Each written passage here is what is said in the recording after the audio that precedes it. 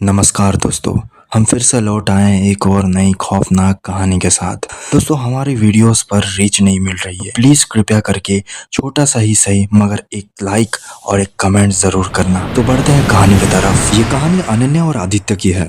दोनों एक साथ एक ही ऑफिस में कई सालों से काम कर रहे थे। एक साथ काम करने की वजह से दोनों एक दूसरे से प्यार भी करने लगे थे। कुछ समय बाद दोनों ने शादी का प्लान किया।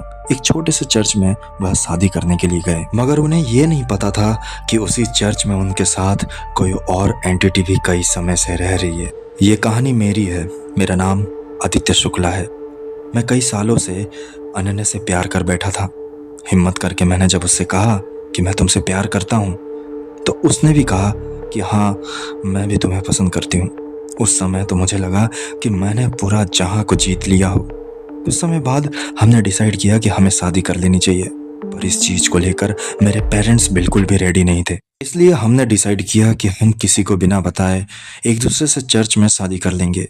मगर हमें क्या पता था कि वो फैसला हमारे जिंदगी की सबसे बड़ी गलती साबित होगी। मुझे ये बिल्कुल भी नहीं पता था कि हम एक चर्च में शादी करेंगे, वो भी बिना माँ बाप के।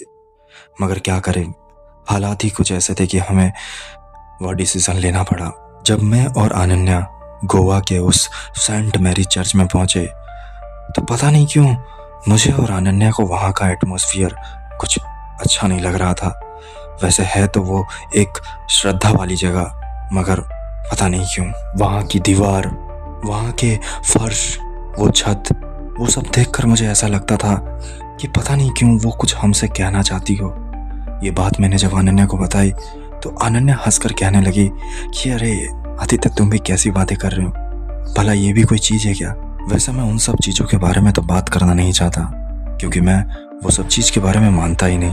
बचपन से ही मैं एक प्रैक्टिकल लड़का हुआ करता था, यानी कि मैं हर चीज़ के पीछे एक रीज़न ढूंढता था। मगर मुझे क्या पता था कि वो जो फीलिंग चर्च के अंदर घुसते ही मेरे अंदर आ रही है, वह मेरी जिंदगी बदल दी। आखिरकार शादी का समय आ ही गया था।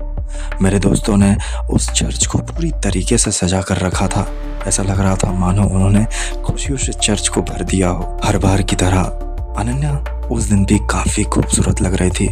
मानो ऐसा लग रहा था आसमान से कोई परी जमीन पर उतर आई हो। उस दिन मेरे दोस्त काफी मेहनत कर रहे थे। वह हर काम को एक बखूबी से निभा रहे थे। आखिरकार वो समय आ गया जब फादर आए और शादी की रस्में चालू हुई। मगर पता नहीं क्यों जैसे ही फादर कुछ बोलने गए, वैसे ही वहां की सारी लाइटें फ्लिकर होने लगी। वह सब देखकर मुझे टेंशन होने लगी कि यार, इतने शुभ मुहूर्त पर ये सब क्या हो रहा है। और अंदर ही अंदर मुझे ऐसा महसूस भी हो रहा था कि कोई और भी है यहाँ पे जो हमें काफी समय से देख रहा है और नोटिस कर रहा है, जस्ट लाइक अ कैमरा। और उस समय मुझे ऐसा लग रहा था कि कोई जस्ट मेरे बहुत करीब पीछे खड़ा है। मैंने तुरंत पीछे मुड़ के देखा, मगर वहां पे कोई भी नहीं था। मेरे साइड में मेरा दोस्त था। उसने कहा कि अरे क्या हुआ, तो पीछे किसको देख रहा है। मैंने कहा कि नहीं नहीं, कुछ नहीं, बस ऐसे ही। तो उसने कहा कि अरे चल शादी कर ले यार, अब तो तू बिजी होना छोड़ दे। मैंने थोड़ी सी अपने चेहरे पर स्माइल देके आगे देखा, मगर मैं सच कहूँ तो ये चीज़ कोई भ्रम नहीं हो सकती, क्योंकि मैंने फील किया कि कोई जस्ट मेरे पीछे और मेरे कानों तक उसकी सांसों की आवाज़ आ रही थी। और फिर करीब आधे घंटे बाद मैं और अनन्या हस्बैंड और वाइफ बन चुके थे। शादी कंप्लीट होने के बाद हमने एक छोटा सा रिसेप्शन भी रखा था। रिसेप्शन में आने के लिए मैं रेडी हो रहा था। मैंने उस वक्त आईने में कुछ नोटिस किया। मैंने नोटिस किया कि मेरे पीछे एक औरत खड़ी है, वाइट ड्रेस, जो कि बहुत ही भयानक लग रही थी। उस औरत को देखने के बाद मेरा पूरा शरीर कांप उठा था। सर से पांव तक मैं जम चुका था। फिर भी मैंने थोड़ी सी हिम्मत करके मैंने अपना सर पीछे किया और उसे देखना चाहा, मगर वहाँ पे कोई भी नहीं था। ये बात मुझे काफ़ी भयानक लगी कि मैंने अभी तो उसे आईने में देखा, आखिर वो थी कौन। मुझे कुछ भी समझ में नहीं आ रहा था। ये फीलिंग, ये जो चीज़ें मुझे दिखाई दे रही थी, मुझे कुछ भी समझ में नहीं आ रहा था और मैं अब इसे और बर्दाश्त नहीं कर सकता था। इसलिए मैंने सोचा कि मैं इसे अनन्या को बताऊंगा। मैं अनन्या के पास गया और उसे ये सब बातें की कि मुझे ऐसी ऐसी चीज़ें हो रही है। अनन्या ने हंसते हुए मुझसे कहा कि आदित्य, मुझे लगता है कि तुम काफ़ी टेंशन में हो और तुम्हारे अंदर स्ट्रेस भर चुका है, क्योंकि हमने अपने माँ बाप के इजाज़त के बिना शादी की है। उसी चीज़ के बारे में तुम शायद बहुत काफ़ी समय से सोच रहे हो। इस वजह से तुम्हें टेंशन के मारे तुम्हें इधर उधर कुछ भी दिखाई दे रहा है। अनन्या की ये बात सुनकर मुझे भी एहसास हुआ कि हाँ, हो सकता है कि मेरे अंदर स्ट्रेस भर चुका है, इस वजह से मुझे ये सब एंटिटीज़ दिख रही है। क्योंकि कई साल पहले भी मेरे साथ ऐसा हादसा हो चुका था और मैंने इसका इलाज भी कराया था, मगर कहीं ना कहीं मेरे मन में एक और सवाल उठ रहा था उस वक्त कि अगर ये स्ट्रेस के कारण नहीं हो रहा हो और जो मुझे चीज़ें दिख रही हैं वो कुछ और हो तो तब क्या होगा। इस बात से मेरा टेंशन और भी बढ़ गया। रात काफ़ी हो चुकी थी, इसलिए हम उसी चर्च के पास में एक होटल था, वहाँ पर हम रह रहे थे। रात को मैं सो रहा था, मेरे बगल में अनन्या भी सो चुकी थी, मगर मुझे नींद ही नहीं आ रही थी। मैं अपनी आंखों से ऊपर छत की तरफ देखते ही जा रहा था और वो जब चीज़ें जो मेरे साथ हो रही थी मैं उसी के बारे में याद कर रहा था। उसी समय मुझे ऐसा लगा कि हमारे कमरे के एक कोने जगह से कोई वहाँ पे खड़ा है और मुझे ही घूरे जा रहा है। उस वक्त जो भी चीज़ मुझे दिखाई दे रही थी, जो मुझे ही घूरे जा रही थी उस कोने जगह से, मैं सोच रहा था कि क्या ये चीज़ जो मैं देख रहा हूँ वो असलियत में है भी या नहीं, या फिर मेरे स्ट्रेस के कारण मुझे फिर से ये सब चीज़ें दिखाई दे रही है। मैं ये सब सोच ही रहा था कि तभी मेरी नज़र राइट साइड में एक मिरर थी, वहाँ पर गई। मैंने जब मिरर देखा तो मैं हैरान हो गया, क्योंकि मुझे उसमें साफ साफ एक औरत की शक्ल दिखाई दे रही थी, वही औरत जो कुछ समय पहले मुझे दिखी थी। उस चीज को देखकर मैं काफी जोर से चिल्लाया और मेरी चीख सुनकर अनन्या भी जाग गई। वह अचानक उठी और घबराते हुए मुझसे पूछने लगी, क्या हुआ आदित्य, तुम इतना चिल्ला क्यों रहे हो?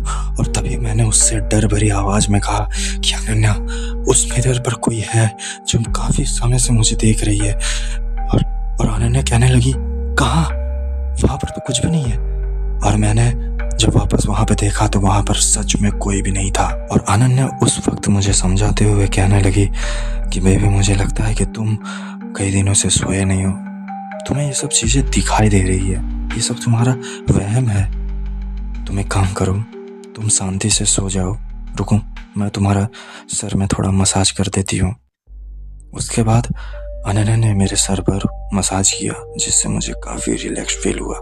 उसके बाद मुझे थोड़ी सी नींद भी आने लगी और उस नींद में मैं सो गया। अगले दिन सुबह हुई और सुबह होते ही मैंने वहाँ के एक वेटर से एक सवाल किया, मुझे इस चर्च के बारे में जानना है, मुझे बताओ कि इस चर्च में आखिर हुआ क्या था और कोई एंटिटी क्या यहाँ पे रह रही है। घबराते हुए उस वेटर ने मुझसे कहा कि सर, कई साल पहले की बात है, यहाँ पर एक दूल्हा और दुल्हन आए थे, मगर दूल्हे ने उस दुल्हन को धोखा दे दिया, जिसकी वजह से दुल्हन ने वहीं पर अपनी जान दे दी।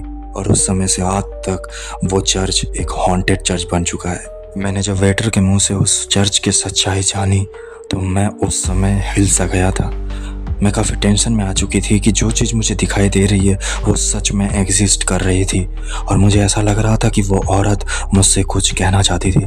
मैंने ये सब बात अनन्या को बताई तो अनन्या मुझसे कहने लगी कि यार आदित्य, तुम कैसी बातें कर रहे हो, इतने पढ़े लिखे होने के बावजूद भी तुम ये फिजूल सी बातें कर रहे हो यार। तुम्हारी स्ट्रेस बढ़ चुकी थी जिस वजह से तुम्हें ये सब वहम हो रहा है, असलियत में ऐसा कुछ भी नहीं है। और अनन्या की ये सब बात सुनने के बाद मुझे थोड़ा शर्म आने लगा। मुझे लगने लगा कि यार सच में मैं तो एक लड़का हूँ और मुझे इतना भी नहीं डरना चाहिए सब चीज़ के बारे में। मैं इतने पढ़ लिखने के बाद भी इन अंधविश्वास बातों पर मैं कैसे यकीन कर सकता हूँ।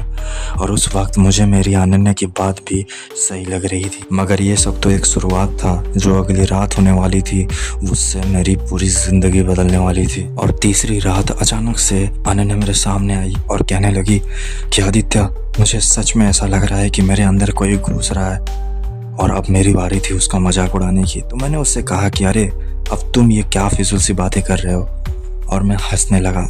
और मेरे को हंसते देख अनन्या भी हंसने लगी और हम दोनों एक नॉर्मल हो गए।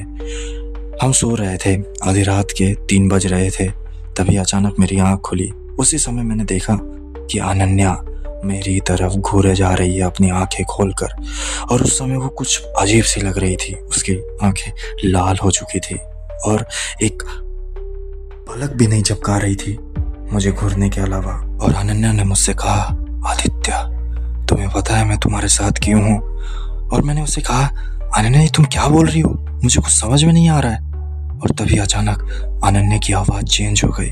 ऐसा लगा मानो अब अनन्या नहीं, अब कोई और बोल रही है। और फिर उसने कहा, आदित्य मेरा नाम राधिका है, मैं कई साल पहले यहाँ पर आई थी अपने दूल्हे के साथ, मगर मेरे दूल्हे ने मुझे धोखा दे दिया, जिस वजह से मैं काफ़ी उदास हो गई और यहाँ पे उसका इंतज़ार करने लगे।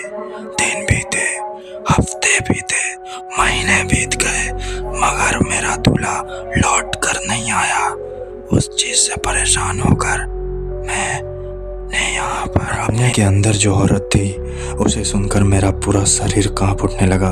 और तभी उसने मुझसे कहा, आदित्य तुम मुझे मेरे दूल्हे की याद दिलाते हो, तुम बिल्कुल वैसे ही लगते हो जैसे वो था, वैसा ही बात करते हो जैसे वो करता था, इसलिए मैं चाहती हूँ कि तुम मेरे साथ हमेशा रहो। भले ही मैं असलियत में नहीं हूँ, मगर मैं तुम्हारी वाइफ अनन्या के अंदर रहूंगी और तुम्हारे साथ हमेशा रहूंगी। देखो राधिका, तुम मेरी बात सुनो। माना कि तुम्हारे साथ गलत हुआ है, मगर क्या तुम ये चाहोगी कि दूसरे के साथ भी गलती हो? जिस तरह तुम अपने होने वाले पति से बहुत मोहब्बत करती थी, उसी तरह अनन्या भी मुझसे बहुत प्यार करती है। तो क्या तुम ये चाहोगी कि तुम्हारा प्यार नहीं मिला इसलिए अनन्या को भी उसे उसका प्यार ना मिले? नहीं राधिका, नहीं, तुम ऐसा नहीं कर सकती। तुम अपनी खुशी के लिए किसी और का हक मत छीनो। तुम यहाँ से चली जाओ प्लीज, और मेरी अनन्या को मेरे हवाले कर दो प्लीज प्लीज। इतना कहकर मैं जोर जोर से वहाँ पर रोने लगा और उससे अपने प्यार की भीख मांगने लगा। रोते रोते मैं वहाँ पर बेहोश हो गया। अगले दिन मेरी आँख खुली। जब मेरी आँख खुली तो मैंने सामने अनन्या को होश में पाया और वो अनन्या मुझसे कहती थी, अरे आदित्य क्या हुआ, तुमने कल रात को भूत देख लिया था क्या, जो अभी तक सो रहे हो? बस ये आवाज़ सुनकर मुझे पता चल चुका था कि राधिका अनन्या के अंदर से निकल चुकी है और उसने अनन्या मुझे लौटा दी है। मैंने ये बात अनन्या को कभी भी नहीं बताई। मैं नहीं चाहता था कि वो पल मैं अनन्या को याद दिलाऊं। दोस्तों आज के लिए इतना ही। दोस्तों आपको ये कहानी कैसी लगी कमेंट में ज़रूर बताना।